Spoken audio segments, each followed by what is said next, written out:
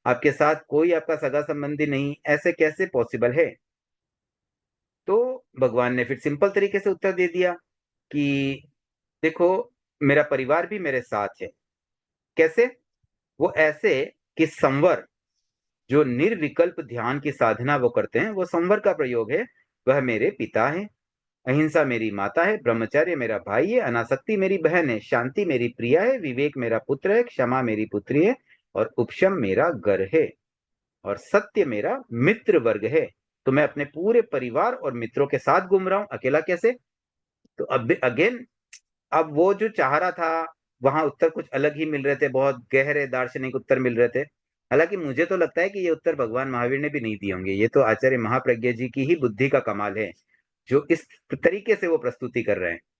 क्योंकि भगवान महावीर तो इतना कम बोलते थे, वो कहाँ इतनी बात करेंगे ना, वो तो सीधी सीधी एक शब्द में, दो शब्द में बात कह देते थे। एनीवे, लेकिन यहाँ उस भाव को हमें लेना है।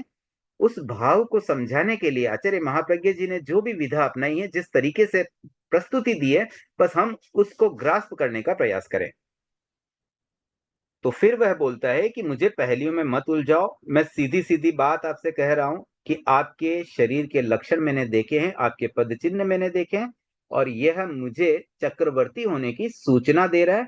आप मुझे क्लियर बता दो कि क्या सच्चाई है, अदरवाइज मेरे लिए तो आज जीवन मरण का प्रश्न हो गया। इतने साल विद्या लेकर के भी अगर मेरी विद्या का कोई फल ही नहीं, मैं सही पहचान नहीं कर पा रहा हूं, तो फिर मेरा तो जीना ही बेकार है। तो इतनी बड़ी बात हो गई है, आप मुझे क्लियर बता दो कि आप चक्रवर्ती हो या नहीं, कैसे हैं आप? चक्रवर्ती होने चाहिए, अगर हो तो कैसे? अगर चक्रवर्ती हो तो आपके आगे कोई चक्र चलना चाहिए। तो फिर उन्होंने कहा कि बताओ चक्रवर्ती कौन होता है? तो जो चक्रवर्ती की परिभाषाएं होती है, जो उनके लक्षण होते हैं, उन लक्षणों के आधार पर अगेन भगवान ने उस बात को समाहित करने का प्रयास किया। कि जैसे पहली बात कही, चक्रवर्ती कौन होता है, के उत्तर में, जिसके पास 12 योजन में फैली हुई सेना को त्राण देने वाला छत्र रत्न होता है। मतलब इतना बड़ा छत्र जो 12 योजन फैली हुई सेना को भी पूरा कवर कर ले। मान लो बारिश आ गई, वो इतना बड़ा छाता बन जाता है कि इतने बड़े एरिया को वो छाया दे पाता है। फिर दूसरी बात पूछी, और बताओ और कौन होता है चक्रवर्ती? तो जिसके पास चर्म रत्न होता है, ऐसा एक रत्न जिसके द्वारा कोई, मान लो बीज सुबह बोया शाम तक वह फल भी दे देता है, पक जाता है। फिर एक और बात आई थी, चक्रवर्ती कौन होता है, कि जिसके आगे चक्र चलता है। तो ये तीन बातें चक्रवर्ती के बारे में किसने बताई? पुष्य ने। पुष्य जो सामुद्रिक था। और अब उसका उत्तर भगवान किस रूप में दे रहे हैं? तुम ऊपर नीचे तिरछे कहीं भी देखो, धर्म का चक्र मेरे आगे आगे चल रहा है। तो यहां उन्होंने धर्म चक्र की बात कर ली। और आचार जो है ना, वो मेरा छत्र रत्न है। उसमें जिस क्षण बीज बोया जाता है, उसी क्षण वह पक जाता है। तो फिर मैं चक्रवर्ती क्यों नहीं हूं? क्या तुम्हारे सामुद्रिक शास्त्र में धर्म चक्रवर्ती का अस्तित्व नहीं है? तो फिर उन्होंने मेन अल्टीमेट एक सस्पेंस खोलते हुए ये कह दिया कि चक्रवर्ती नहीं, मैं तो धर्म चक्रवर्ती हूं। तो धर्म चक्रवर्ती भी चक्रवर्ती के इक्विवेलेंट होते हैं, उनके भी लक्षण वैसे ही होते हैं। बस इस अपेक्षा से तुम्हारा नॉलेज गलत नहीं है। बट मैं वो सांसारिक चक्रवर्ती नहीं हूं जो 6 खंडों पर राज्य करता है, मैं तो धर्म चक्रवर्ती हूं। ये बात सुनकर के फिर पुष्य संतुष्ट हो जाता है, उसको क्लियरिटी आ जाती है कि हाँ, ये भी तो एक चक्रवर्ती ही है, कोई संसारिक क्षेत्र में हो, लौकिक क्षेत्र में हो, या कोई धार्मिक क्षेत्र में हो। तो भगवान महावीर का चरित्र इससे क्लियर होता है कि वो भी एक चक्रवर्ती के इक्विवेलेंट लक्षण वाले व्यक्ति थे, और उन्होंने धर्म चक्र के द्वारा चक्रवर्ती होने जैसा सब कुछ उनमें भी मिल गया। तो ये बात सुनकर के पुष्य संतुष्ट होकर चला जाता है, और भगवान अपनी जहां उनको जाना था राजगृह की ओर, वो उस दिशा में चले जाते हैं। तो ये छोटा सा चैप्टर है 2 पेज का, जिसमें बस बात यही बताई गई कि पुष्य द्वारा चक्रवर्ती के लक्षण देखे जाने पर उसको संतुष्ट करना, और वो धर्म चक्रवर्ती से कंपैरिजन वाली बात यहाँ पर आती है। कोई जिज्ञासा अगर हो तो पूछ सकते हैं। हाँ श्वेता जी। जय श्री कृष्ण सर। सर, सामुद्रिक का एक पर्टिकुलर वर्ड क्या हो सकता है, मेंशन करें तो? समुद्र शास्त्र का जानकार। अब ये समुद्र शास्त्र जो होता है ना, उसमें बहुत सारी चीजें आती है। ये शरीर लक्षण विद्याओं पर आधारित एक शास्त्र है। Thank you.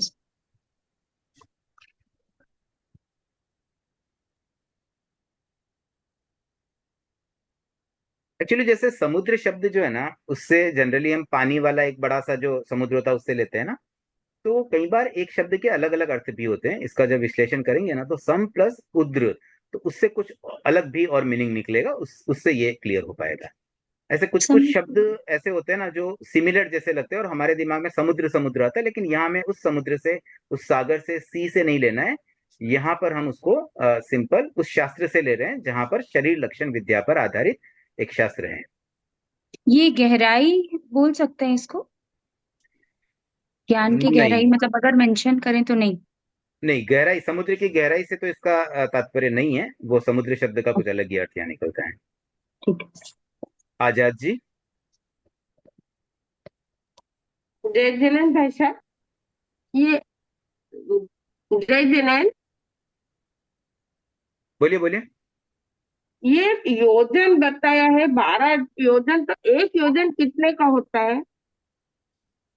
एक योजन है ना, लगभग 4 कोस का होता है। एक कोस होता है 3 किलोमीटर के आसपास, 3.25 किलोमीटर जैसा लगभग। तो ऐसे 11-12 किलोमीटर अप्रोक्सीमेट समझ लें एक योजन।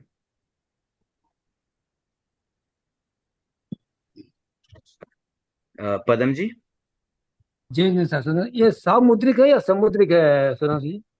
देखिए, जैसे है ना, समाज के साथ में जब हम इकन प्रत्यय लगाते हैं ना पीछे, तो सा बन जाता है। फर्स्ट जो शब्द होता है ना, उसमें बड़ी मात्रा जुड़ जाती है। तो समुद्र से ही सामुद्रिक बना है, तो स की जगह सा आ जाता है। अच्छा, तो इसका तो मतलब जब भी समुद्र से इकन मतलब है प्रत्यय सर? की वजह से ये सा बनता है, बट एक्चुअली समुद्र के साथ इकन प्रत्यय ही लगा हुआ है, तो सामुद्रिक कहेंगे हम। तो ये समुद्र से मतलब रखता है क्या इसका, इसका मतलब मीनिंग? समुद्र से संबंधित ही होता है, लेकिन यहाँ समुद्र का कुछ अलग अर्थ है। वह जो पानी वाला समुद्र है वह अर्थ नहीं है। यहाँ दूसरा अर्थ है। समुद्र के और भी अर्थ होते हैं, तो यहाँ कोई और अर्थ यहाँ पे लिया गया है। तो यहाँ ऐसा तो नहीं है हमारे सामुद्रिक यानी हमारे शरीर के जो अवयव उन जो मतलब लक्षण लिखते हैं उसके आधार पर कुछ मुद्रा के आधार से बनाते बताया जाता है, ऐसा कुछ है क्या? हो भी सकता है। मैं अगर इतना डिटेल मेरी में मेरी जानना है तो जानकारी मैं फिर थोड़ा सा और खोज कर मेरी लूंगा इस जानकारी में शब्द ऐसा के है, और क्या अर्थ होते हैं। मेरी जानकारी में ऐसा है। हाँ, तो हो सकता है, लेकिन फिर भी इसको और थोड़ा सा स्पष्ट कर सकते हैं। बट इतना हाँ, पक्का है कि जो इकन प्रत्यय लगते हैं ना, उसके नियम के अनुसार समुद्र में इकन प्रत्यय लगाने से भी सामुद्रिक ही बनेगा। तो जैसे इसको सामुद्रिक सामाजिक, धार्मिक, पारिवारिक, वैसा। साधार्मिक, ठीक है। इसको सामुद्रिक ऐसा मतलब प्रोनाउंस कर सकते हैं क्या? अ, अभी मैं कुछ नहीं कह पाऊंगा, मुझे इतना ज्यादा ध्यान में नहीं है। मैं पहले इस शब्द के और अर्थ पहले ढूंढ लूं, फिर मैं आपको बताने का भाव रखता हूँ। तो मैं भी कल की क्लास में पॉसिबल हुआ तो मैं ठीक, बताने का भाव रखता ठीक, ओमर हम। हूँ। चंद्रकला जी। सर, इसमें भगवान महावीर के परिवार और घर के बारे में बताया कि उपशम मेरा घर है। तो उपशम को भगवान महावीर का घर किस अपेक्षा से बताया? उपशम जो होता है, हम जितना पढ़ा है कि अंतर मुहूर्त का होता है उपशम। नहीं, तो यहाँ उपशम का मतलब एक्चुअली देखो, वो जो कर्म का उपशम होता है, मोहनीय कर्म का, वह उपशम अलग है। यहाँ उपशम का अर्थ है कषायों का उपशम। मतलब कषायों का मंदीकरण, कषायों का अल्पीकरण। जो उनका एक दिखता था ना कि कोई कितनी बड़ी घटनाएं होती वो गुस्सा नहीं करते थे ना, उनको ईगो था, कोई उन्हें गालियां भी देते तो वो शांत रह पाते। ये उपशम भाव था। ये उनका घर था, मतलब उसी एनवायरनमेंट में वो रह रहे हैं। Thank you sir. Sarla ji. हाँ, जय जिनेन्द्र। ये थोड़नाक सन्निवेश क्या हुआ? ये है, ये वह चरण चिन्हों का अनुसरण करते हुए थोड़नाक सन्निवेश के पास पहुंच गया। इसको एक एरिया समझ ले, मतलब डिफरेंट, जैसे गांव नगर ऐसे होते हैं ना, वैसे ही सन्निवेश भी एक एरिया को कहते हैं। ओके, एक डिफरेंट धन्यवाद। टाइप का जो एरिया होते हैं। जैसे अभी थैंक नाउअडेज हम जो यूज करते हैं ना पॉपुलर शब्द, जैसे एरिया बोलते हैं हम शहरों में, यू। या जैसे मोहल्ला बोलते हैं, या गांव नगर, ये तो शब्द चलते ही है। वैसे ही एक सन्निवेश भी होता है। सन्निवेश एक बड़ा क्षेत्र होता है, बड़ा एरिया। सुमन जी। सर जय जिनेन्द्र, चर्म रत्न यहाँ लिखा हुआ ना, बनते जिसके पास चर्म रत्न होता है। चर्म रत्न क्या है सर? ये जो चक्रवर्ती होते हैं ना, उनके कुछ रत्न होते हैं। तो ऐसे स्पेसिफिकली उन्हें चीजें मिलती है जो मानो चमत्कार जैसी होती है, जिसके द्वारा वो बहुत कुछ चीजें कर पाते हैं। तो ये चर्म रत्न भी एक ऐसा रत्न होता है जिसका यहाँ बताया गया है, जैसे यहाँ बता ओके ही रखा है कि सर। कोई जैसे बीज बोया जाए, सुबह बोया शाम तक वह फल भी दे देता है, पक जाता है। तो वो चर्म रत्न उस रत्न के कारण से ऐसा कर पाते हैं।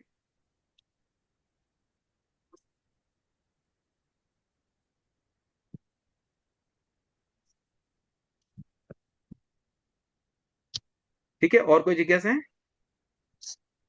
एक बार लोअर एंड कर दे जिसकी हो गई ना।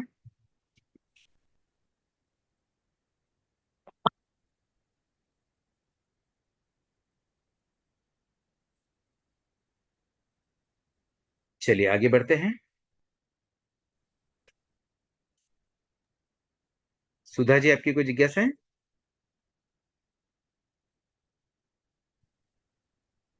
ठीक है, अब 9 चैप्टर की ओर बढ़ते हैं। ध्यान की व्यूह रचना। तो यहाँ मैं चाहता हूँ स्टार्टिंग का निद्रा विजय से पूर्व का जो पैराग्राफ है ना, वो कोई एक बार रीड कर ले। हाँ ममता जी।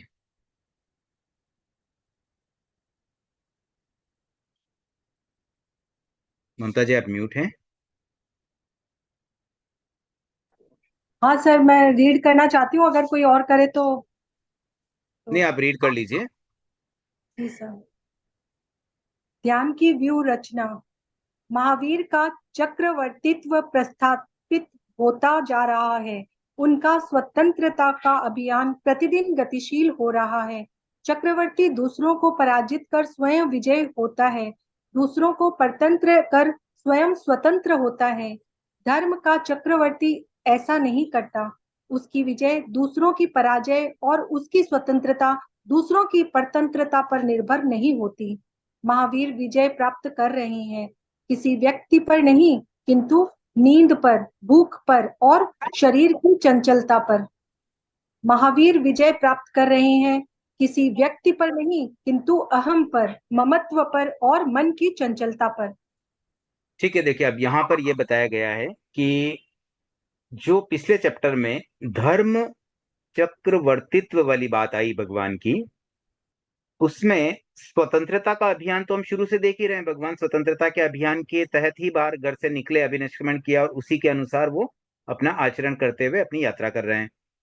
लेकिन चक्रवर्ती क्या करते हैं? क्या वो स्वतंत्रता नहीं चाहते? वे भी स्वतंत्रता ही चाहते हैं, लेकिन उनकी स्वतंत्रता दूसरों को परतंत्र बनाकर प्राप्त होती है। भगवान ने अपनी स्वतंत्रता किसी और को डिस्टर्ब किए बिना, किसी और को परतंत्र बनाए बिना हासिल करने का प्रयास किया है। तो ये एक बहुत बड़ा डिफरेंस है। तो अब चक्रवर्ती क्या करते हैं? विजय पाते हैं। कहीं भी आक्रमण किया, उस पर विजय पा लिया, उससे अपना गुलाम बना दिया, मतलब उसको अपने अंडर में कर लिया, उसको अधीन बना लिया और स्वयं सारे पूरे एरिया के मालिक बन जाते हैं, तब वो चक्रवर्ती कहलाते हैं। अब धर्म चक्रवर्ती क्या करते हैं? उन्हें भी विजय पानी है, लेकिन वो विजय किस पर पाते हैं? वो किसी व्यक्ति पर नहीं, बल्कि नींद पर विजय पाते हैं, भूख पर विजय पाते हैं और शरीर की चंचलता पर विजय पाते हैं। ये हो गई बाहरी बातें। क्योंकि अगर साधना करनी है तो नींद भी मुझे कैसे वश में कर ले? मैं तो इंडिपेंडेंट होना चाहता हूं, नींद पे भी मुझे डिपेंडेंसी नहीं चाहिए। अभी नींद आ रही है इसलिए मुझे सोना पड़ रहा है, नहीं, मैं उसकी वजह से भी क्यों सोऊं? इसी प्रकार से भूख पर भी क्यों, कि भूख लग रही है इसलिए खाना पड़ रहा है, नहीं खाऊंगा मैं, भूख पे भी कंट्रोल। और शरीर की चंचलता पे भी, शरीर चंचल होता है, क्या करूं? कुछ नहीं, मैं नहीं हिलूंगा डुलूंगा, मैं तो ध्यान में रहूंगा। तो ये बाहरी एक तरह से नियंत्रण था, बाहरी बातों पर विजय। अब कुछ आंतरिक बातें, वो क्या थी? अहम पर और ममत्व पर और मन की चंचलता पर। ये अंदर की बातें हैं कि आंतरिक भावना हमारी, कि हम ईगो हम में ना आए। अहम के कारण भी कई बार हम किसी के मतलब गुलाम बन सकते हैं, डिपेंड, हम परतंत्र बन सकते हैं। कैसे बनते हैं? कि आ, एक मैंने शायद लास्ट क्लास में या एक दो क्लास पहले बताया था कि कोई हम किसी का रिमोट कंट्रोल कैसे बन जाए। तो ये रिमोट कंट्रोल बनने जैसे ही हो जाता, तो हमारे कषाय ही हमें दूसरों से प्रभावित कर लेते हैं। तो अगर वो अहम पर कंट्रोल कर लेते हैं, अहम पर विजय पा लेते हैं, ममत्व पर विजय पा लेते हैं कि ये मेरा है, ये मेरा है, ऐसा कुछ भी नहीं।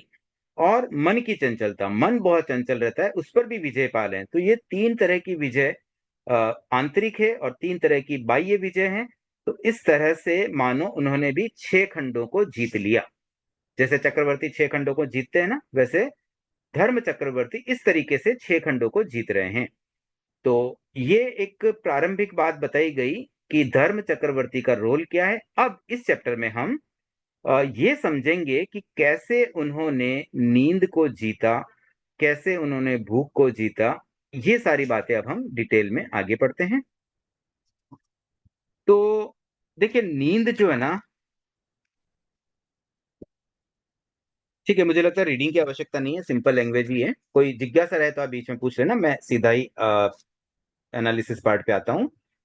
तो ऐसे सामान्य नियम क्या है, हम आज भी सोचें तो नींद तो मानो हम अपनी चर्या की भी बात करें, बचपन से हम देखते आ रहे हैं कि नींद तो एक अनिवार्य अंग है। मतलब ऐसा कोई 24 घंटा मुश्किल से जाता होगा जब हम सोते नहीं है, नींद न लेते हो।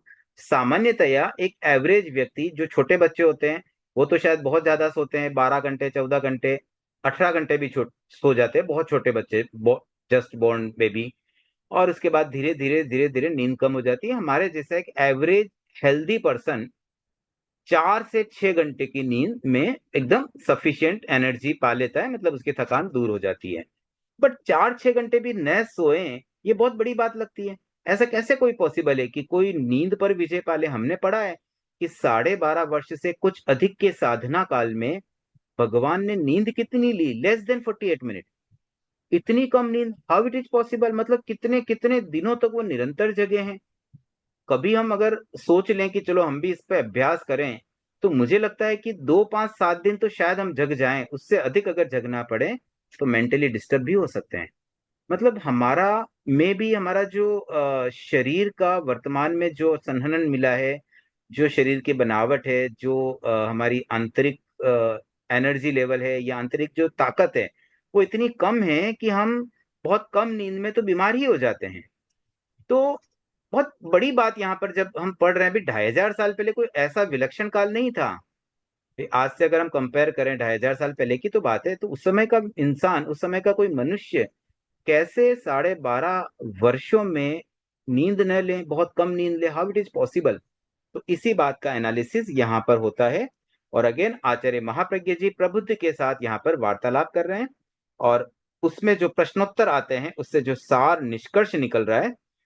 तो सबसे पहले तो जागृति की अवस्था के आधार पर जो कुछ वर्गीकरण यहाँ पर मतलब बताए गए हैं कि किस किस तरह के व्यक्ति होते हैं, किस किस तरह की मतलब नींद की अवस्थाएं होती है। तो एक तो अवस्था ये होती है, मनुष्य बाहर से जागृत है और भीतर से सोया हुआ है। दूसरी ऐसी अवस्था हो जाती है जब भीतर से जागृत है और बाहर से सोया हुआ है। और तीसरी एक ऐसी अवस्था हो जाती है जब आ, भीतर से बहुत गहरी तरह से जागा हुआ है।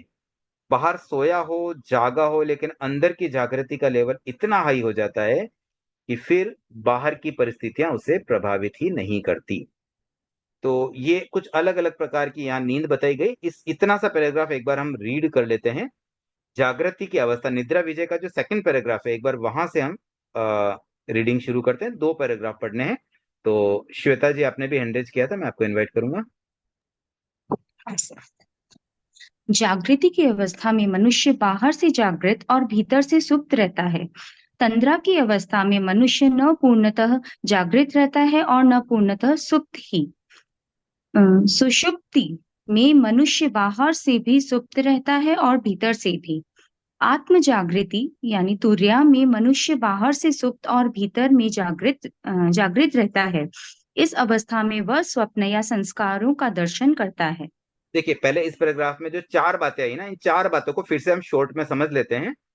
पहली अवस्था क्या बताई गई है? तंद्रा। तंद्रा में क्या हो रहा है? पूर्णतः जागृत है और न पूर्णतः सुप्त है, मतलब बीच की अवस्था है।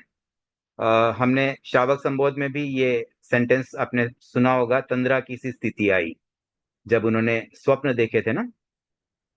याद है ये लाइंस किसी को? उत्पल शावक भानु। संबोध। हाँ, कोई ये अच्छी राग में अगर इसका उच्चारण कर सके एक पद्य का।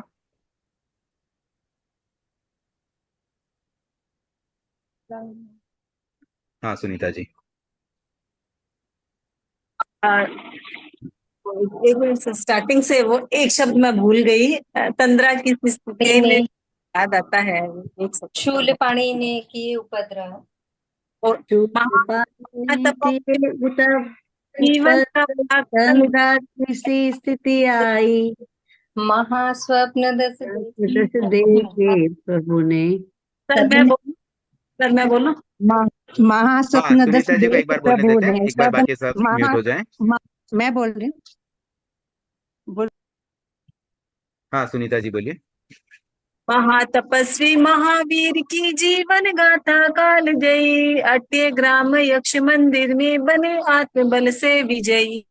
शूल पाणि ने किए उपद्रव, तंद्रा की सी स्थिति आई। महास्वप्न दस देखे प्रभु ने, सबने सार्थकता पाई। ठीक है, तो यहाँ पर भी देखिए स्वप्न कब आए, तंद्रा की स्थिति में आए। वही तंद्रा को यहाँ बताया गया कि जब न पूर्ण जागृत हो न पूर्ण सुप्त हो। अगर गहरी नींद होती है ना तभी सपने नहीं आते हैं। कई बार हमें भी ऐसे कभी जब बहुत ज्यादा सपने आए हो तो हम समझ जाएं कि भाई सपने देखे हमने रात को, दैट मीन्स हम गहरी नींद में नहीं थे। वो तंद्रा की स्थिति में ही सपने आ पाते हैं। तो ये पहली स्थिति हो गई। दूसरी स्थिति है सुषुप्ति की। सुषुप्ति में क्या होता है, बाहर से सोया है और भीतर से भी सोया है। तो जब सोता है तब पूरी तरह से सो जाता है, उस समय न सपना आता है न और कोई एक्टिविटी हो रही है। फिर तीसरी स्थिति तुरिया की। तुरिया यानी आत्म जागृति, जिसमें मनुष्य बाहर से तो सोया है लेकिन भीतर से जागृत है। तो तीन ही स्थितियां हैं, पहली तंद्रा, दूसरी सुषुप्ति और तीसरी तुरिया। तो अब इन तीन स्थितियों के बाद आगे श्वेता जी कंटिन्यू करें। हाँ, गाढ़ आत्म जागृति में मनुष्य बाहर से सुप्त और भीतर से जागृत रहता है। इस अवस्था में चित्त शांत और संकल्प विकल्प से विहीन हो जाता है। देखिए अब ये चौथी स्थिति जो बताई ना, उसी आत्म जागृति जो तुरिया वाली बात आई थी, उसके साथ एक शब्द और जोड़ दिया, गाढ़। तो गाढ़ का मतलब उसी में और हाई लेवल। तो ऐसी स्थिति में मनुष्य बाहर से तो सुप्त लेकिन भीतर से जागृत रहता है, बात वही है, लेकिन इसमें और ज्यादा स्ट्रांगनेस हो जाती है। और उस अवस्था में चित्त शांत रहता है, संकल्प विकल्प से विहीन हो जाता है। तो अब महावीर की जो स्थिति आ रही है वो आत्म जागृति और गाढ़ आत्म जागृति की अवस्था, मतलब ये दोनों ही अवस्थाएं, कभी गाढ़ आत्म जागृति कभी आत्म जागृति। बहुत कम अवस्था ऐसी मिली जब वो कभी तंद्रा में गए। तो अब देखिए 12.5 वर्ष और उसमें 48 मिनट की नींद, क्या ये सही है? ये बात पूछी प्रबुद्ध ने आचार्य महाप्रज्ञ जी को। तो अब देखिए उनका आंसर बड़ा मार्मिक है। वो ये कह रहे हैं कि मैं ये कैसे कह दूं कि ये सही है, क्योंकि मैं उनके पास नहीं था। मैं कैसे कह दूं ये सही है? ये थोड़ा स्लो और क्या हुआ?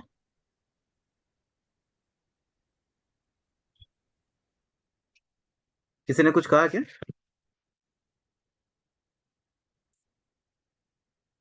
तो मैं ये कैसे कह दूं कि ये सही है, और मैं ये भी कैसे कह दूं कि ये सही नहीं है, क्योंकि मैं तो उनके पास नहीं था।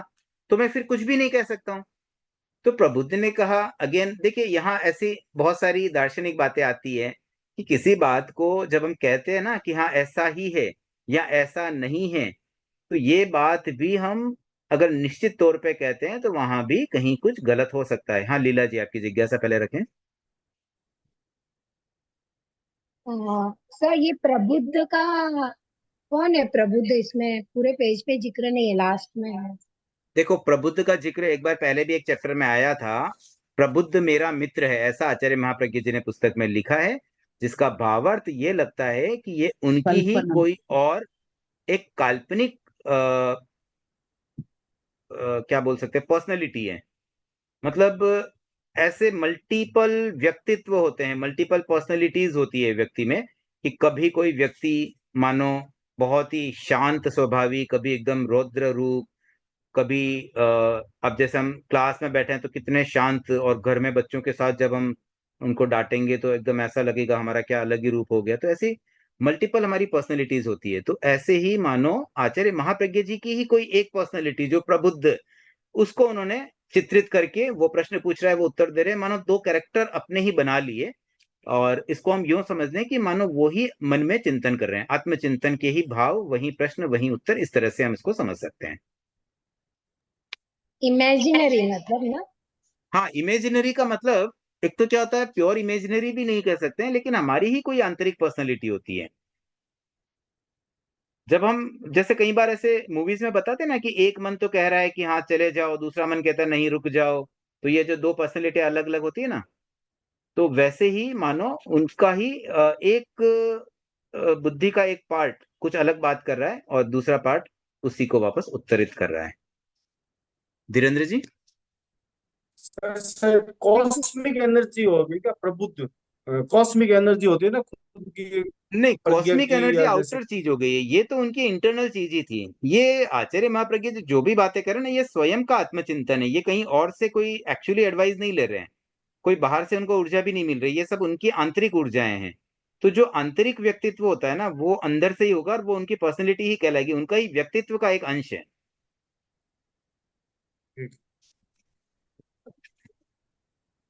ठीक है लीला जी, धीरेन्द्र जी, आगे बढ़े। हाँ सर, थैंक यू।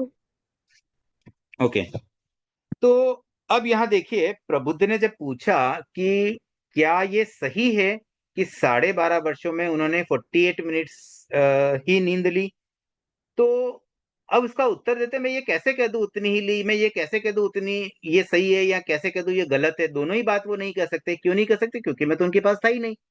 तो मैं इस संबंध में ये कह रहा था कि कभी जैसे हम भी किसी प्रश्न का उत्तर देते हैं ना, तो हम बड़े एक्साइटेड रहते हैं कि कोई बात जैसे हमें जानकारी मिलती है ना, हम तुरंत बताना चाहते हैं। जैसे इंडिया मैच जीत गया, हम तुरंत मैसेज डालना चाहते हैं, या कोई घटना घटती है, कोई अध्यक्ष बन गया, इलेक्शन चल रहे हैं, चुनाव चल रहे थे, मनाव पद्धति से चुनाव से कैसे भी कोई सभा का अध्यक्ष घोषित हुआ, तुरंत मैसेज भेजते हैं लोगों तक जानकारियां पहुंचाने की, हम बहुत फुर्ती करते हैं।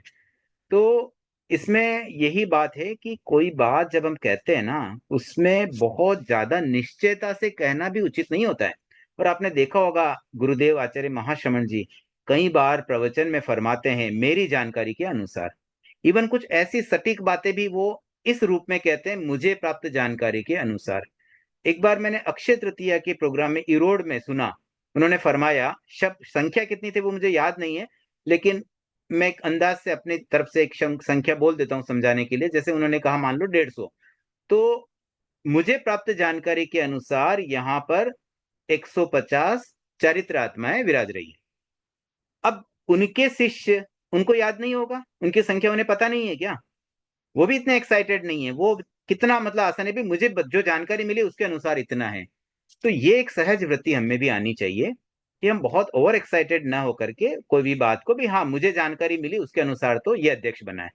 अब ठीक है, कहीं हमारी जानकारी गलत भी तो हो सकती है ना, हम एकदम एक्साइटमेंट में कोई चीज बोल दें, वहां अनाउंसमेंट हो रहा है, हो सकता है उस व्यक्ति ने ना कुछ ही मिनटों बाद मना कर दिया, नहीं मैं तो बनूंगा ही नहीं, फिर किसी और को बना दिया हो। तो हम जल्दीबाजी क्यों करें कोई भी चीज में? तो एक प्रेरणा की बात यहाँ पर हमें मिल जाती है। तो आचार्य महाप्रज्ञ जी ने कहा कि भाई मैं कैसे कह दूं? तब उन्होंने कहा कि क्या प्रत्यक्ष देखने पे ही हम कोई बात कह सकते हैं क्या, कि भाई हमने देखा तभी हम कहें? तो फिर उन्होंने कहा नहीं, ऐसी भी बात नहीं है, ये ऐसा कोई नियम भी नहीं है। तो फिर इतना इस प्रश्न में तर्क क्यों, सीधा क्यों नहीं उत्तर दे रहे हैं? तब फिर उन्होंने कहा कि नहीं नहीं, ऐसी कोई बात नहीं है, वैसा भी उत्तर दिया जा सकता है। और उन्होंने फिर प्रमाण का एक आधार बनाया, आचारांग सूत्र। आगम जो होते हैं ना, आगम भी सहज प्रमाण है। प्रमाण मीमांसा आपने अगर कभी पढ़ी हो, जैन दर्शन मनन और मीमांसा एक पुस्तक है आचार्य महाप्रज्ञ जी की। पहले तो एक बड़ी सी ये जो पुस्तक है, उसी से आचार मीमांसा ज्ञान मीमांसा पढ़ा करते थे लोग। तो उसमें और भी चीजें थी, लेकिन अब नावेडेज आचार मीमांसा की एक छोटी पुस्तक बना दी गई है, ज्ञान मीमांसा भी छोटी बना दी गई है। तो सामान्यतः हम लोग वही पुस्तक पढ़ लेते हैं। आपके भी सिलेबस में शायद आचार मीमांसा होगी, तो आपको छोटी सी पुस्तक आचार मीमांसा की है, बस उसको आप पढ़ लेते हैं। बट इसकी जो मेन बुक है ना, जैन दर्शन मनन और मीमांसा, उसमें एक प्रमाण मीमांसा भी ग्रंथ है। तो प्रमाण मीमांसा न्याय शास्त्र पर आधारित है कि किसी चीज को जब प्रूव किया जाता है तो किस तरह से वो प्रूव होती है, किस तरह से प्रमाणित होती है। तो प्रमाण का आधार क्या, हम कहते हैं ना चलो प्रूव करो, प्रमाण क्या है इसका? तो एक तो हम कोई बात ऐसे ही बोल देते हैं या प्रमाण के साथ बोलते हैं। आजकल तो इस बात की समझ ही नहीं रही लोगों में। सामान्यतः मैं देखता हूँ ना, कोई भी आदमी कुछ भी बात ऐसे ही बोल देता है।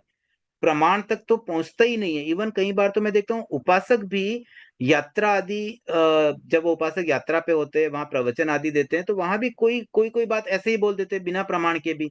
तो इतना हमें समझना चाहिए कि हमारे मुंह से कोई बात निकले तो हम प्रयास ये करें कि प्रमाणित बात ही हम कहें। उससे फायदा क्या होगा? दो तीन फायदे होते हैं। पहला फायदा ये कि हम असत्य वचन का हमें दोष नहीं लगेगा, मतलब झूठ से हम बचेंगे तो हम पाप से बच जाएंगे।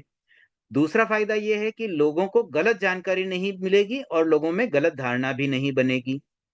तो ऐसे और भी इसके बहुत सारे हो सकते हैं, बट अभी फिलहाल हम दो बातें समझ लें मेन, कि भाई हम भी झूठ से बच जाएं और हम कोई गलत जानकारी भी डिलीवर नहीं करें। तो इसलिए हम कोशिश करें कि हम बिल्कुल प्रमाण के साथ कोई चीज बोले। और तीसरा एक बेनिफिट और याद आया मुझे, कि इससे हमारी गुडविल बनती है, कि ये व्यक्ति ने कहा है तो मतलब गलत तो नहीं हो सकता है, एक भरोसा आ जाता है लोगों को। तो इसलिए हम बहुत जागरूक बने कि कभी कहीं कोई भी बात करें ना, हमने कोई बात की ना, तो उसमें गलती होने की चांसेस बिल्कुल नहीं के बराबर होने चाहिए। भले कम बोले, लेकिन जितना बोले एकदम सही सटीक और यथार्थ बोले। तो इस बात का हम भी थोड़ा सा ध्यान रखें। और अब यहाँ पे प्रमाण की बात आती है, भी प्रमाण कैसे होता है? तो आगम को बहुत बड़ा प्रमाण माना गया। एक तो होता है प्रत्यक्ष प्रमाण, जो एकदम सामने हो। प्रत्यक्ष प्रमाण सामान्यतया कहते हैं आत्मज्ञान को, जो अवधि ज्ञान, मन पर्यव ज्ञान और केवल ज्ञान में होता है, वह है प्रत्यक्ष ज्ञान। और मति ज्ञान, श्रुति ज्ञान जो हम लोग प्रयोग करते हैं जिस ज्ञान का, वो प्रत्यक्ष नहीं है। भले हम आंखों से भी देख रहे हैं ना, तो आंखों से देखा हुआ भी एक्चुअली प्रत्यक्ष ज्ञान नहीं है, कानों से सुना हुआ भी प्रत्यक्ष ज्ञान नहीं है। कान धोखा दे सकता है, आंखें भी धोखा दे सकती है, लेकिन जो आत्मज्ञान होता है ना, वो रियल प्रत्यक्ष होता है, वास्तविक प्रत्यक्ष। और जो आंखों से, इंद्रियों के सहारे जो हम मति ज्ञान आदि का प्रयोग करते हैं ना, उसको व्यवहार प्रत्यक्ष कहते हैं। मतलब व्यवहार में वह भी प्रत्यक्ष मान लिया जाता है, बट रियल प्रत्यक्ष नहीं है वो। तो इन बातों की भी हमें समझ होनी चाहिए कि किस बात की कितनी ऑथेंटिसिटी है। कई बार हम एकदम पक्का बोलते नहीं नहीं, मैंने तो खुद अपनी आंखों से देखा। अरे आंखें भी धोखा खा सकती है, आपने एक पार्ट देखा, कंप्लीट सत्य को आंखों से नहीं देख पाए आप। और प्लस आंखें भी आपको कुछ जो डिलीवर कर रही है, आपके मन को बताया, मन ने उसको ट्रांसलेट किया, उसको एनालाइज किया, उसमें भी कई गलतियां हो सकती हैं। So many factors are there. सही, कई बार कलर ब्लाइंड होते हैं लोग, ब्लू कलर को ग्रीन दिख जाता है उन्हें, ब्लू और ग्रीन में अंतर ही नहीं दिखता है, रेड और ऑरेंज एक जैसे दिखते हैं। तो ऐसे बहुत सारी बातें होती है। तो कहने का तात्पर्य मेरा इतना ही है कि बहुत ज्यादा कभी ओवर कॉन्फिडेंस नहीं होना चाहिए। हम कोई भी बात कहें तो थोड़ी सहज में कहें, भी जो मुझे ध्यान में था उस आधार पे ये है, भी मेरी जानकारी के अनुसार ये ठीक है। तो उससे हमारी प्रामाणिकता भी बनी रहती है। अब प्रमाण में एक बहुत महत्वपूर्ण फैक्टर आता है। प्रत्यक्ष और परोक्ष प्रमाण के बाद एक और प्रमाण आता है, आगम प्रमाण। तो आगम को ऐसा प्रमाण माना जाता है कि भाई आगम में लिखा है ना, तो उसे भी हम प्रमाण मान लें। वो न प्रत्यक्ष है न परोक्ष है, फिर भी वो प्रमाण है, और प्रमाण में भी वो हाई कैटेगरी उसको मिलती है। तो उस रूप में अगर कोई बात अगर आगम प्रमाणित हो, जैसे हम कभी कोई बात, धार्मिक बात, तत्व की बात भी कहें, तो अगर आपको उसका प्रमाण पता हो कि कहाँ लिखी है बात, तो भगवती सूत्र के इस चैप्टर में लिखी है, इस शतक में लिखी है, या उत्तराध्ययन के इस चैप्टर में, इस सूत्र में आई है, तो उससे आपकी बात पे बहुत अधिक वजन पड़ेगा, आपका ट्रस्ट बढ़ेगा, लोगों को गलत धारणाएं नहीं जाएगी, और आप असत्य से बचेंगे। ये तीन बातें ध्यान में रखें। तो अब यहां फिर से मैं इस प्रसंग पे लौट रहा हूं कि आचारांग सूत्र का बहुत प्रामाणिक आधार है। तो उन्होंने प्रमाण बता दिया, भाई ये प्रमाण है, इसलिए अब मैं कह सकता हूं। भले मैं वहां नहीं था, फिर भी मैं ये बात कह पा रहा हूं, जस्ट बिकॉज कि ये बात आचारांग सूत्र में मेंशन है। ठीक है? तो क्या उसमें यह लिखा है कि भगवान ने केवल 48 मिनट नींद ली? तो नहीं, वह भी नहीं लिखा है। तो फिर क्या लिखा है? वहां यह लिखा है कि भगवान प्रकाम नींद नहीं लेते थे, बहुत नहीं सोते थे, वे अधिक समय आत्मा को जागृत रखते थे। क्या शरीर धारण के लिए नींद लेना जरूरी नहीं है? भगवान चिर जागरण के बाद क्षण भर नींद लेते थे। क्षण भर मतलब बहुत देर जाग लिए, फिर एक क्षण, दो क्षण, मतलब बहुत देर, कम देर के लिए नींद ले लेते थे। बस उतनी ही नींद से उनका काम हो जाता था। तो क्या फिर उन्हें नींद सताती नहीं थी? तो उसका उत्तर इस तरह से मिलता है कि कुछ पर्टिकुलर ऋतुओं में कभी कभी नींद सताने लग जाती, और फिर जब नींद सताती है तो फिर वो क्षण भर नींद ले लेते और फिर ध्यान में आरूढ़ हो जाते। मतलब नींद सताती थी, इसीलिए तो वो क्षण भर के लिए, मतलब कुछ बहुत शॉर्ट पीरियड के लिए वो नींद ले लेते थे। अब आगे अलग एंगल से वापस एक चर्चा चलती है कि भाई नींद के तो चार कारण बताए गए हैं। नींद क्यों आती है उसके चार कारण हैं। एक होता है थकान, दूसरा एकाग्रता, तीसरा शून्यता और चौथा शिथिलीकरण। तो चलो थकान उनको नहीं आ रही है, शून्यता भी उनको नहीं हो रही है, लेकिन एकाग्रता तो वो कर ही रहे थे ना, ध्यान करेंगे तो एकाग्रता तो आ ही रही थी। और शिथिलीकरण भी करते थे, कायोत्सर्ग करेंगे तो क्या होता है, शरीर का शिथिलीकरण। और जब शरीर शिथिल होगा तो फिर वो तो नींद का कारण बनता है। तो एकाग्रता और शिथिलीकरण ये उनकी साधना का पार्ट था, फिर वो नींद के आक्रमण से कैसे बचे। तो इसका उत्तर इस तरह से मिलता है कि आत्मोपलब्धि की तीव्र भावना, उसकी जो तीव्र भावना सक्रिय थी, उस वजह से उन्हें नींद अ, नहीं आती थी। तो क्या उन्होंने नींद को जीता, या ये जो आत्मोपलब्धि के कारण उनके नींद की पूर्ति हो रही थी। तो उसका आंसर ये है कि वो ध्यान अधिकांशतः खड़े खड़े करते थे। और जब कभी हमें नींद आ रही हो, मान लो सामायिक में भी कभी नींद आ जाए, तो हमें लगे भी अब नींद बहुत आ रही है, सामायिक तो पचक ली, तो खड़े हो जाना चाहिए। खड़े होने से नींद फिर इतनी नहीं आती, क्योंकि खड़े खड़े तो हम सो नहीं पाएंगे, सोएंगे तो गिरने का चांस रहेगा, तो उसमें फिर नींद इतनी नहीं सताती है। खड़े हो जाए, घूम ले। अब सामायिक में वैसे ज्यादा घूमना नहीं चाहिए, लेकिन जैसे भगवान तो कभी घूम भी लेते थे, नींद बहुत आ रही तो थोड़ा टहल लिए। बाकी अधिकांशतः खड़े खड़े ध्यान करते, तो उससे फिर उनको नींद नहीं आती। इन साधनों से वो नींद पर विजय पा लेते थे। अब देखिए, नींद को दबाना और नींद पर विजय पाना, ये दोनों भी अलग अलग बातें हैं। जब हम नींद पर विजय पा लेते हैं, तो फिर हमें नींद नहीं सताती है, फिर वो नींद परेशानी नहीं करती, नींद आती ही नहीं। तो ये उनका एक मूल बात पर हम पहुंचे कि भाई उन्होंने एक कारण जो मिला कि आत्मोपलब्धि की तीव्र भावना, कि मुझे आत्मा को उपलब्ध करना है। इसको एक छोटे से एग्जाम्पल से हम समझें। मान लीजिए आप सामान्यतया रात को 11 बजे या 12 बजे सो जाते हैं। अब किसी दिन मान लो आपको सुबह 4 बजे ट्रेन पकड़नी है और आपको बहुत सारी पैकिंग बाकी है और कोई इमरजेंसी आपका प्रोग्राम बन गया, तो क्या आपको 11 बजे या 12 बजे नींद आ जाएगी? आपको लगेगा कि नहीं, मुझे ट्रेन पकड़नी है या फ्लाइट पकड़नी है, तो मुझे पैकिंग करनी है, तो उस समय आपकी फिर नींद भी उड़ जाती है। तो ऐसे बहुत सारी परिस्थितियां हमारे साथ भी आ जाती है जब रूटीन नींद का टाइम होता है, बट हम आसानी से नींद को उड़ा सकते हैं, क्योंकि सामने कुछ ऐसा बड़ा एक कारण बन जाता है और फिर हम उस नींद पे विजय पा सकते हैं। तो वैसा ही एक बड़ा कारण भगवान के पास क्या था, कि वो आत्मा को पाना चाहते थे, वो आत्मा तक पहुंचना चाहते थे, वो आत्मा के सहज स्वरूप को उजागर करना चाहते थे। और उसके पीछे उनका मोटिवेशन इतना गहरा था कि फिर उनको नींद नहीं आती। कोई छोटा बच्चा भी हो ना, अगर उसे मान लीजिए कोई छोटे बच्चे को साइकिल चाहिए और उसको पता आज पापा साइकिल लाने वाले हैं, वो बच्चा 9 बजे सो जाता है और मालूम है पापा 10 बजे आएंगे, तो वो सोएगा नहीं, उसकी नींद उड़ जाती है कि नहीं, आज तो मैं साइकिल आने वाली है तो मैं जगा रहूंगा। तो ऐसे हर किसी में ये बात बहुत कॉमन है। बट मोटिवेशन क्या होता है, बस वही इंपॉर्टेंट है। जो चीज में हमें रुचि होती है उसके लिए हम जग सकते हैं। भगवान की रुचि आत्मोपलब्धि की थी, इसलिए वो उसके लिए जग पा रहे थे। यही मूल कारण यहाँ हमें समझ में आता है। अब आगे बात आती है, यहां तक कोई प्रश्न है?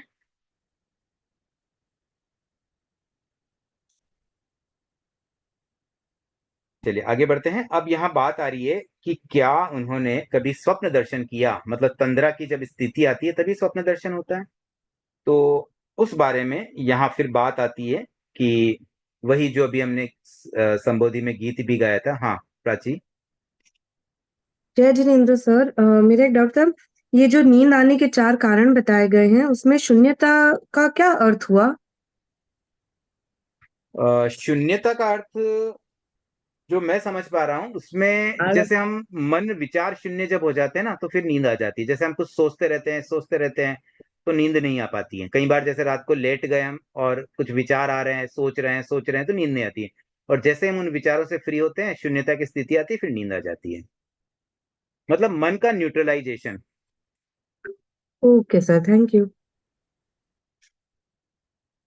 ओके, अब हम आगे बढ़े और एक जिज्ञासा, चंद्रकला जी। जी सर, ये जो चार कारण बताए नींद आने के, थकान, एकाग्रता, शून्यता और शिथिलीकरण, तो जन कभी कभी ऐसा हो, अभी भगवान जो है अपनी साधना की शुरुआती स्टेज पे है, तो एकाग्रता किसी एक पॉइंट पर अगर व्यक्ति एकाग्रता साधने की कोशिश करे तो कभी कभी वो थक भी सकता है, तो क्या भगवान को थकान का अनुभव नहीं होता था? होता था ना, इसीलिए तो बताया कि वो बार बार फिर नींद भी लेते थे, बहुत बहुत, लेकिन थोड़ी सी नींद से उनका काम हो जाता था। देखिए, भगवान खाना भी खाते थे, नींद भी लेते थे, 12.5 वर्ष तक वो भूखे नहीं रहे, बीच बीच में खा भी लेते थे, बीच बीच में नींद भी ले लेते, लेकिन उन्होंने उसे बहुत ज्यादा महत्व नहीं दिया। बस जितनी जरूरत थी उतनी ही नींद लिया। आज भी अगर हम देखें ना, हम बहुत ज्यादा अनावश्यक सोते हैं। जितनी नींद है, अगर उतना ही सोए ना, तो आप आचार्य तुलसी की जीवन देखिए, वो सामान्यतया 2-2.5 घंटे से ज्यादा नहीं सोते थे प्रतिदिन, और सफिशिएंट रहता। दिन में देखो कितने एनर्जेटिक, कितनी उनकी मेमोरी, ऐसा भी नहीं कि वो नींद में है तो अभी याद ही नहीं है। कोई व्यक्ति 2 साल बाद भी दर्शन करे तो पहचान जाते थे। तो ये सब पॉसिबल है। हम अनावश्यक बहुत सोते हैं। बस हमें ऐसा लगता है कि नहीं नहीं, कई बार हमारा शरीर थक जाता है, ठीक है, शरीर को लिटा दें, लेकिन नींद लेने की जरूरत नहीं होती। नींद तो बहुत थोड़ी से काम चल सकता है। बट जैसे हम अनावश्यक खाते हैं, वैसे ही अनावश्यक सोते भी हैं। भगवान ने न अनावश्यक खाया, न अनावश्यक सोए, न अनावश्यक नींद ली। धीरेन्द्र जी। लो सर, जैसे महाप्रिय जी कहते थे आप कितना ही चिंतन करते हैं, रात को सोते हैं ना, तो वो कहते थे निशेष है, मतलब कुछ भी शेष नहीं है, दिमाग एकदम खाली है, तो आपको नींद आ जाती थी। तो महाप्रिय जी भी ऐसे ही निशेष कह के सोते थे, तो हाँ, हमें बस भी वही बात वैसे है ना, जैसे वो तो देखिए उनकी पढ़ते हैं साधना या इतनी गहरी थी, वो कुछ। जब चाहे तब मन को शून्य बना लेते, तुरंत शून्य कर लेते। नहीं सोचना है तो बिल्कुल रुक जाते। उनके तो स्विच टाइप था, मतलब स्विच ऑन ऑफ करना था। मन मन का भी उनका स्विच था, नींद का भी उनका स्विच था। बस स्विच ऑफ किया, नींद आ गई, स्विच ऑन किया, नींद उड़ गई।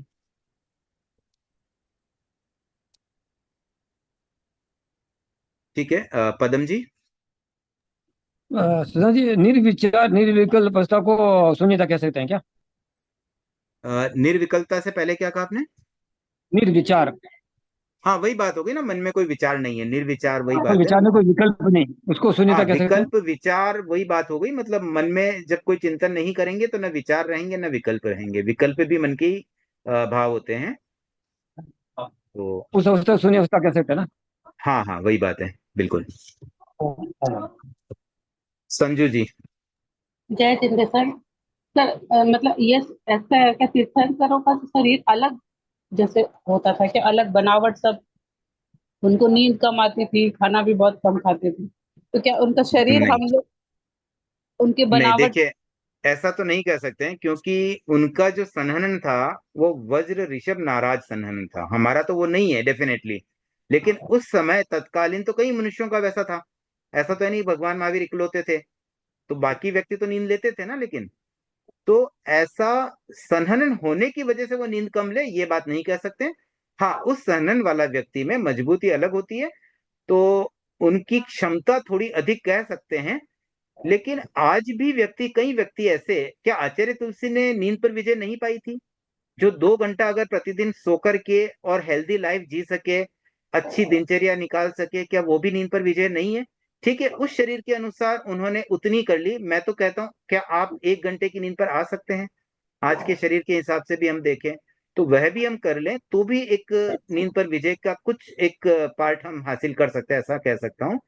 तो अंतर शरीर का उतना अधिक नहीं था, अंतर तो आत्मबल का ही था।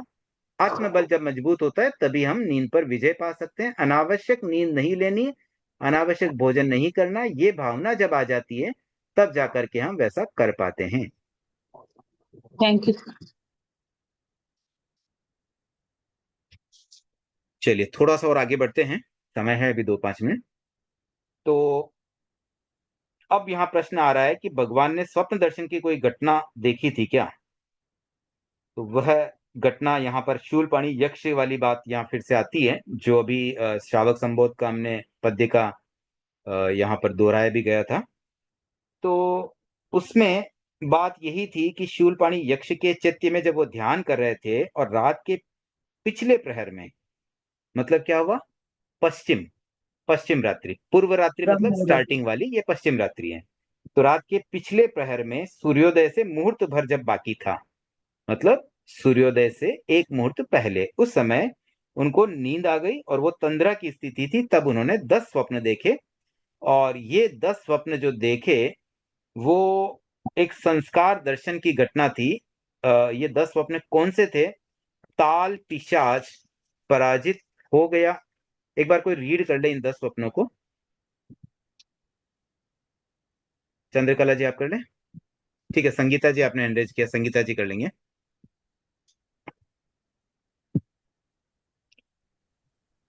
जय जिनेन्द्र सर। ताल पिशाच पराजित हो गया है।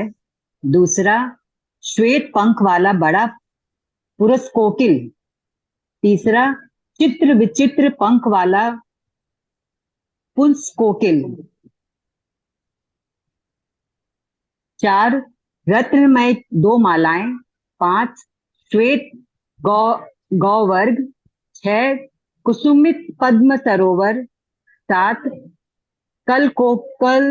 कल लोलित समुद्र भुजाओं से तीर्ण हो गया है।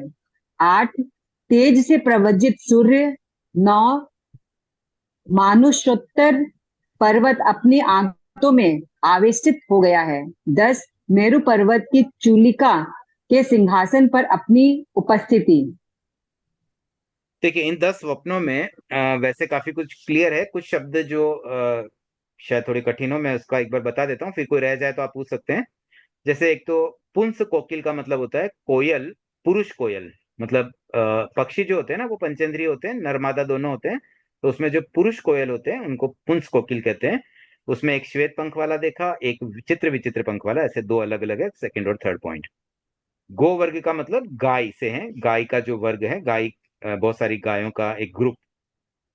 फिर कल्लोलित, कल्लोलित का मतलब होता है तरंगित, जिसमें लहरें उठती हैं, तरंगे उठती हैं, उस तरह का जो समुद्र है उसको उन्होंने अपनी भुजाओं से तेरा, वैसा स्वप्न में देखा।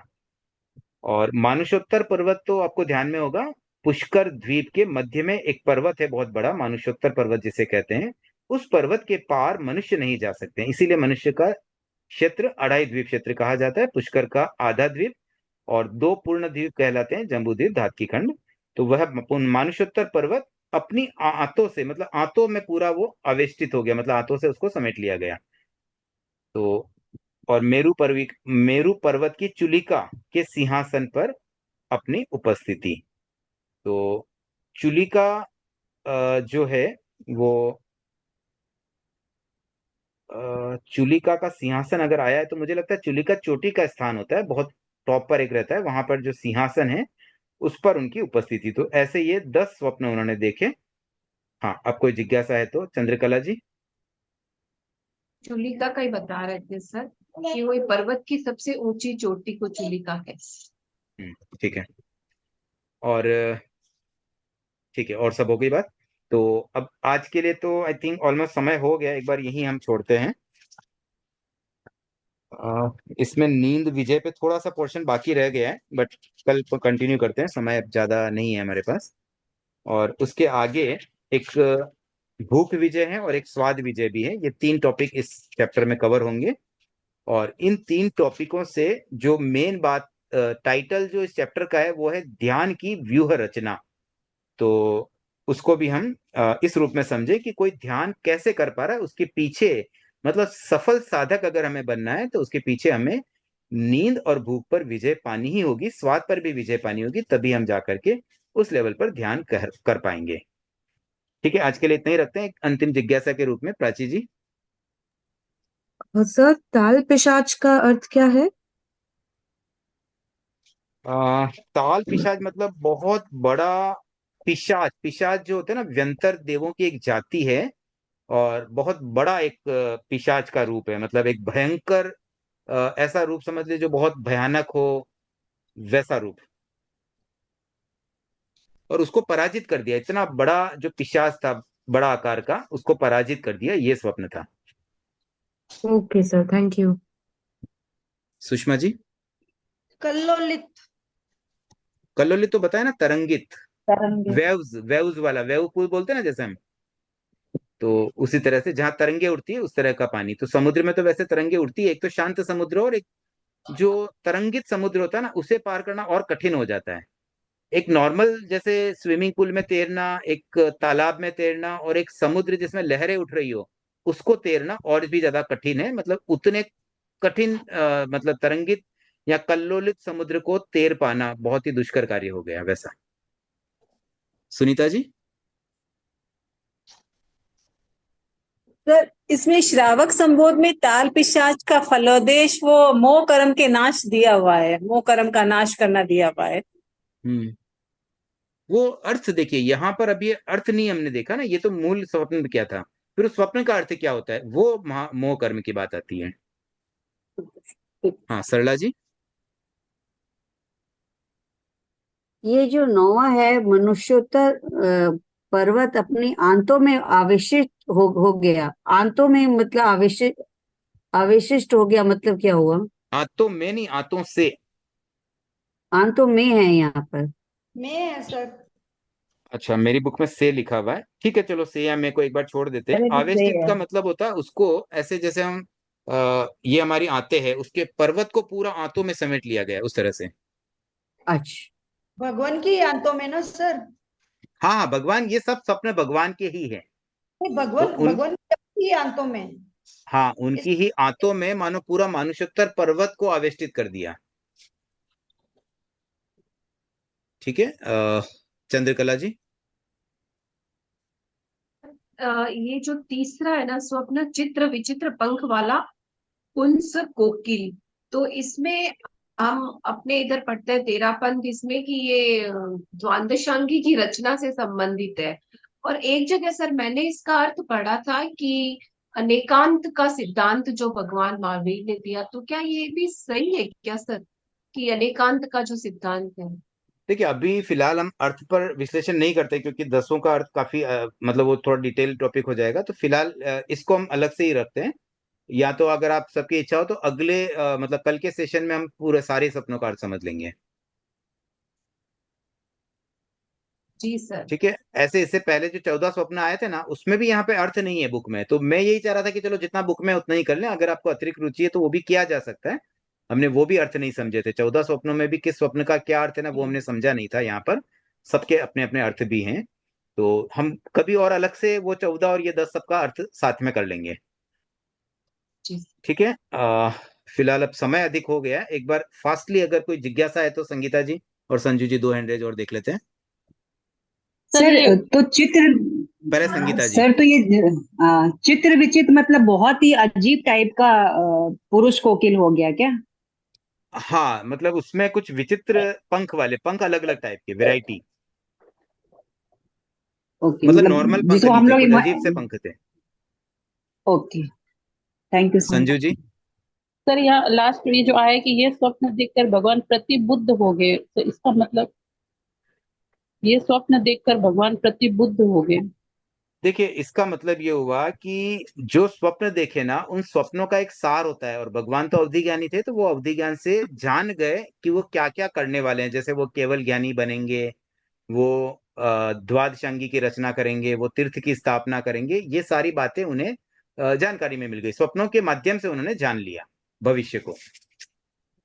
अच्छा, प्रतिबुद्ध होना मतलब नॉलेज हो गया, उन्हें ज्ञान हो गया कई नई बातों का। Okay, thank you sir. चलिए, तो आज के लिए इतना ही रखते हैं। ओम अरहम।